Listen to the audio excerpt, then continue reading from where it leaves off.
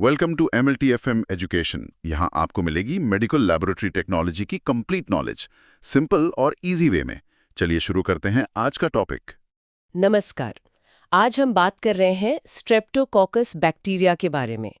ये नाम शायद सुना होगा आपने, क्योंकि ये काफ़ी आम होते हैं। कुछ तो हमारे शरीर में ही रहते हैं बिना कोई नुकसान किए, पर कुछ हैं जो गंभीर बीमारियां भी कर सकते हैं। हमारे पास इस पर कुछ एकेडमिक लेख हैं, यूट्यूब से जानकारी है और हेल्थ वेबसाइट्स के नोट्स भी हैं।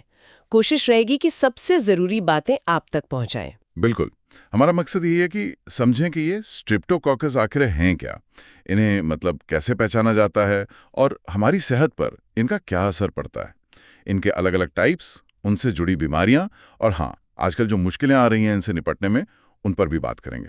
तो शुरू करते हैं एकदम बेसिक से।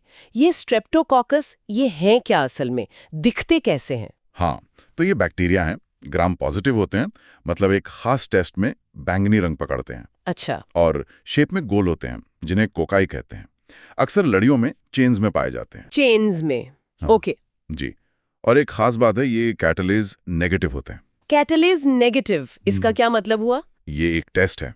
यही टेस्ट इन्हें स्टैफिलोकोकस बैक्टीरिया से अलग करता है। वो कैटालेज पॉजिटिव होते हैं। अच्छा, ये एक बड़ा फर्क है। हाँ, और स्ट्रेप्टोकोकस को बांटने का, क्लासिफाई करने का एक और जरूरी तरीका है ब्लड अगार पर। ब्लड अगार, वो लैब वाला? जी वही।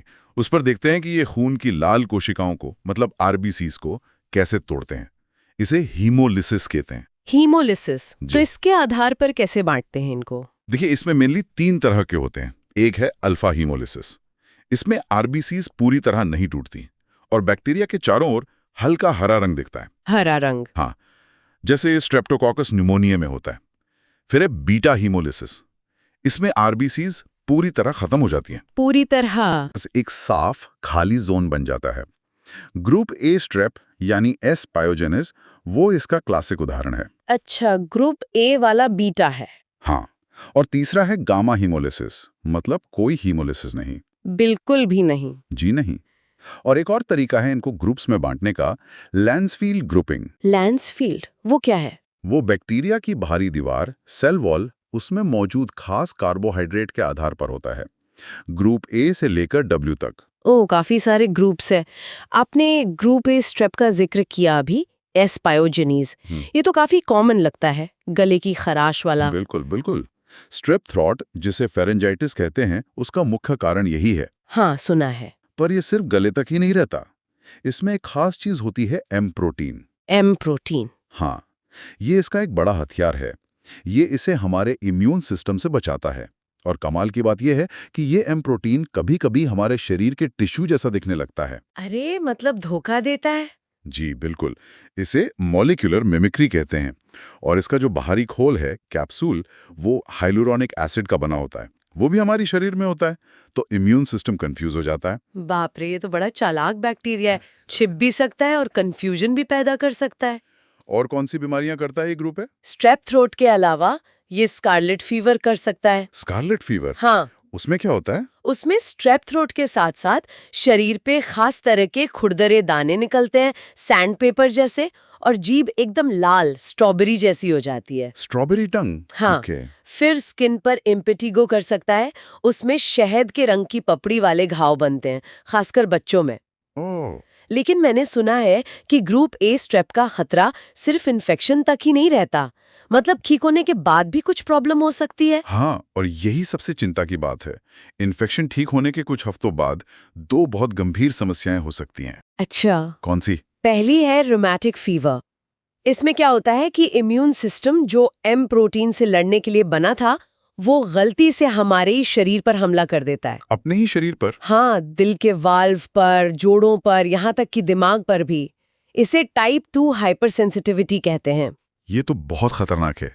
और दूसरी? दूसरी है पोस्ट स्ट्रेप्टोकोकल ग्लोमेरुलोनेफ्राइटिस, शॉर्ट में PSGN कहते हैं। PSGN? जी।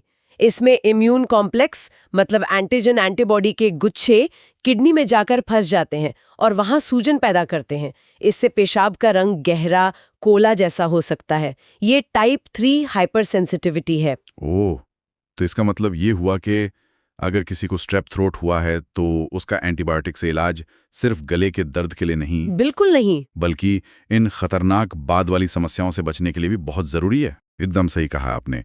इसीलिए डॉक्टर स्ट्रेप थ्रोट को हल्के में नहीं लेते। अच्छा, अब ग्रुप ए के अलावा एक और बड़ा खिलाड़ी है स्ट्रेप्टोकोकस न्यूमोनिया, हाँ, न्यूमोनिया वाला बैक्टीरिया है ना, न्यूमोकोकस जिसे कहते हैं। हाँ वही। ये अल्फा हीमोलिटिक है और माइक्रोस्कोप में अक्सर दो के जोड़े में दिखता है, डिप्लोकोकाई। Diplococci, okay. इसका सबसे बड़ा हथियार है इसका कैप्सूल, पॉलीसैकेराइड का बना एक मोटा खोल जो इसे हमारे इम्यून सेल से बचाता है। और ये सिर्फ निमोनिया ही नहीं करता, कान का इन्फेक्शन जिसे ओटाइटिस मीडिया कहते हैं या साइनोसाइटिस, और सबसे खतरनाक मेनिंजाइटिस यानी दिमागी बुखार भी कर सकता है। अरे बाप रे, पर इसके लिए शायद वैक्सीन है। हाँ, अच्छी बात यह है कि इसके खिलाफ वैक्सीन है, खासकर बच्चों और बुजुर्गों के लिए बहुत जरूरी है ये। ठीक है, और क्या स्ट्रेप्टोकोकस के और भी टाइप हैं जो महत्वपूर्ण हैं? हाँ हैं, जैसे ग्रुप बी स्ट्रेप एस एकैलेक्टिया, वो नवजात शिशुओं के लिए बहुत खतरनाक हो सकता है, इसीलिए गर्भवती महिलाओं की स्क्रीनिंग की जाती है इसकी। ओह अच्छा, नवजातों के लिए। जी, और एक विरिडेंस ग्रुप स्ट्रेप है, ये हमारे मुंह में ही रहते हैं। मुंह में? हाँ, इनमें से एक है एस म्यूटेंस जो दांतों में सड़न पैदा करता है, और कभी-कभी ये खून में जाके दिल के वॉल्व का इन्फेक्शन एंडोकार्डिटिस भी कर सकते हैं। ओह, तो मतलब ये काफी अलग-अलग तरह की परेशानियां कर सकते हैं। इनका पता कैसे लगाते हैं, डायग्नोसिस? निदान के लिए जैसे स्ट्रेप थ्रोट है तो गले से स्वैब लेकर कल्चर करते हैं, या फिर रैपिड एंटीजन टेस्ट होता है जो जल्दी रिजल्ट दे देता है। रैपिड टेस्ट, हाँ सुना है। जी, और खून में एएसओ टाइटर टेस्ट से पता चल सकता है कि हाल में ग्रुप ए इन्फेक्शन हुआ था या नहीं। इलाज की बात करें तो हाँ, इलाज। ग्रुप ए स्ट्रेप के लिए पेनिसिलिन अब भी सबसे अच्छी दवा मानी जाती है। पेनिसिलिन, वो तो काफी पुरानी एंटीबायोटिक है। हाँ, पर अभी भी काम करती है इस पर। अगर किसी को पेनिसिलिन से एलर्जी है तो फिर एजिथ्रोमाइसिन जैसी दूसरी एंटीबायोटिक्स देते हैं। लेकिन आजकल ये एंटीबायोटिक रेजिस्टेंस की बात बहुत सुनने में आती है। क्या स्ट्रेप्टोकोकस में भी ये दिक्कत आ रही है? बिल्कुल आ रही है, और ये एक बहुत बड़ी चिंता का विषय है। किसमें ज्यादा है ये प्रॉब्लम? खासकर एस न्यूमोनिया में।